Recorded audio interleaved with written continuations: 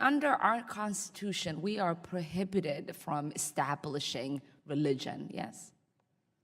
Absolutely. Okay. That's what the So establishment says. if you have members of Congress that are legislating laws in accordance with their faith in regards to abortion or LGBTQ or women or any of those things, that should be prohibited within our Constitution. You are not allowed to impose, through the government, your religious beliefs on others. That is not what religious freedom is about. That's not what our country rests on. Yeah. For many of us, religious freedom is extremely important. It is life and death in this country. Yes. Many of us fled our countries to come to the United States because that is the one thing that distinguishes us from many countries. But it's also important that we have a secular government. Did you all just hear that? That was Congresswoman Ilhan Omar, a sitting member of the United States Congress, asking if other members of Congress should be prohibited, her word, prohibited from legislating based on their faith. This is it, folks.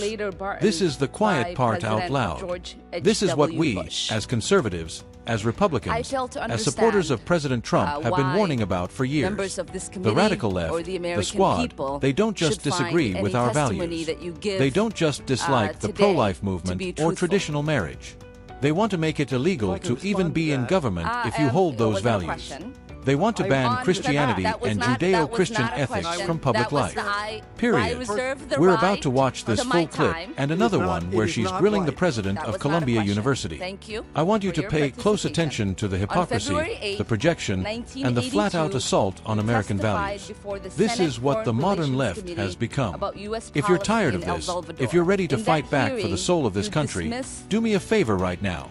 Hit that like button, subscribe to this channel, and drop a comment below right now with Save America. Let's get into this. Ms. Omar, you're recognized for 5 minutes. Thank you.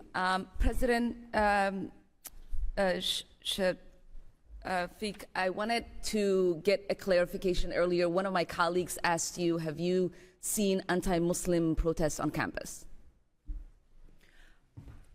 I have seen, we have had pro-Israeli demonstrations on campus. No.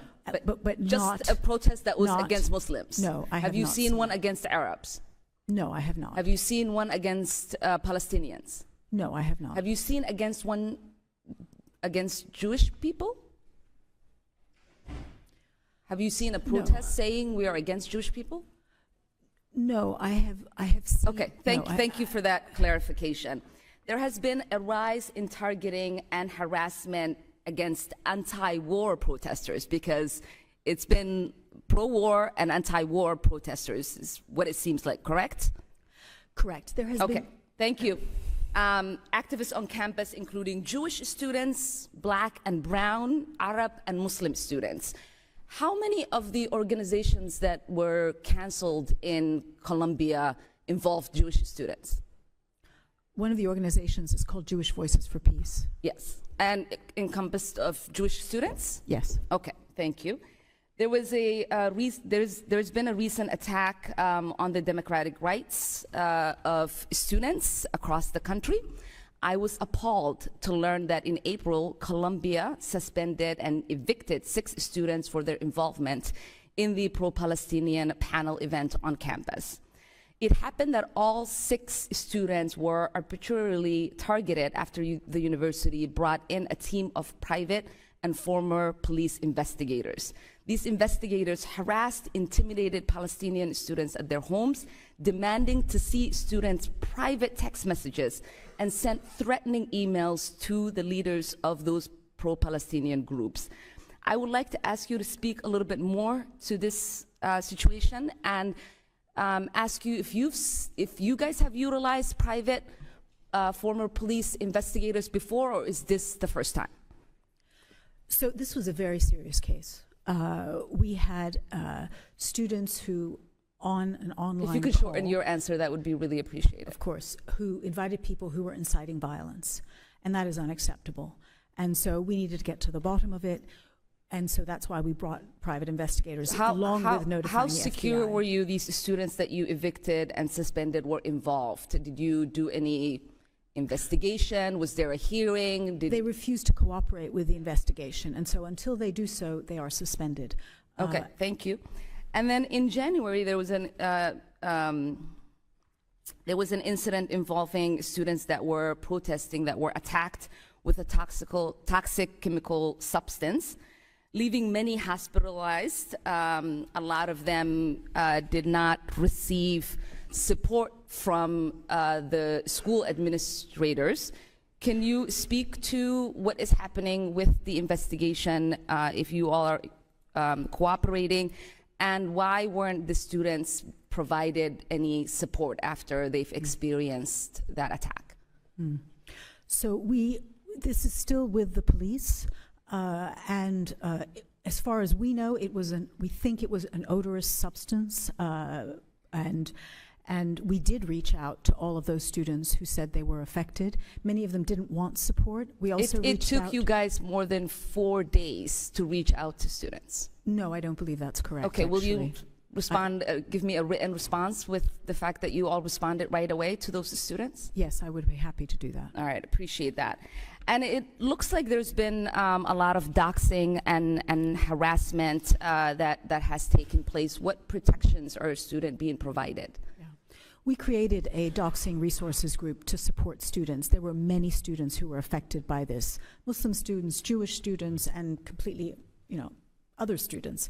That group we had 90 students reach out to that group to get support in terms of both technical support, legal support, privacy scrubbing, and so on.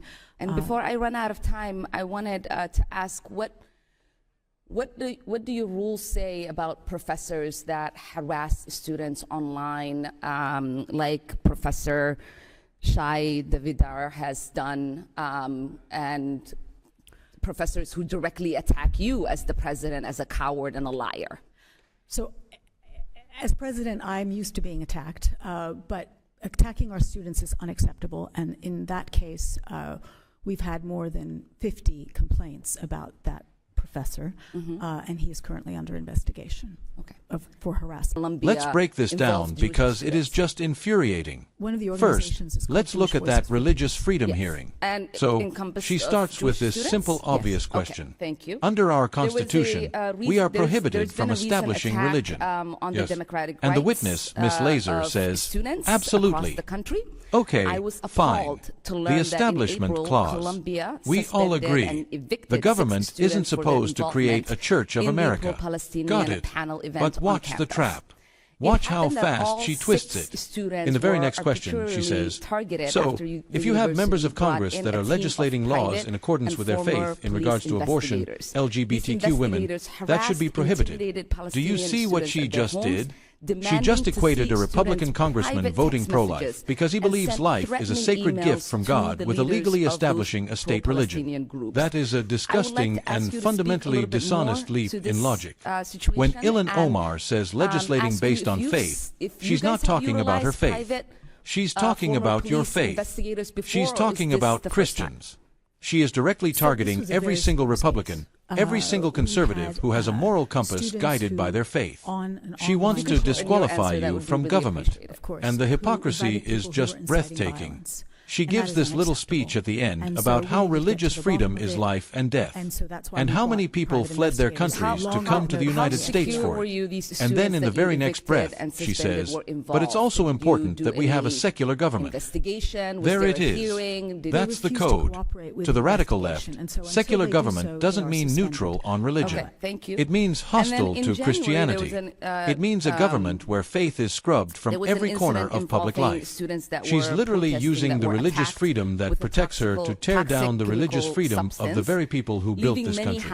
This is exactly why we need leaders like President Trump, who isn't afraid to say Merry Christmas, and who isn't afraid to stand up for our Judeo-Christian values in the public square. Okay, now let's get to this Colombia hearing. This is, if possible, even worse. You've got the president of Colombia, Dr. Shafi, who is in a completely impossible position. Her campus has been taken over by a radical anti-Semitic mob.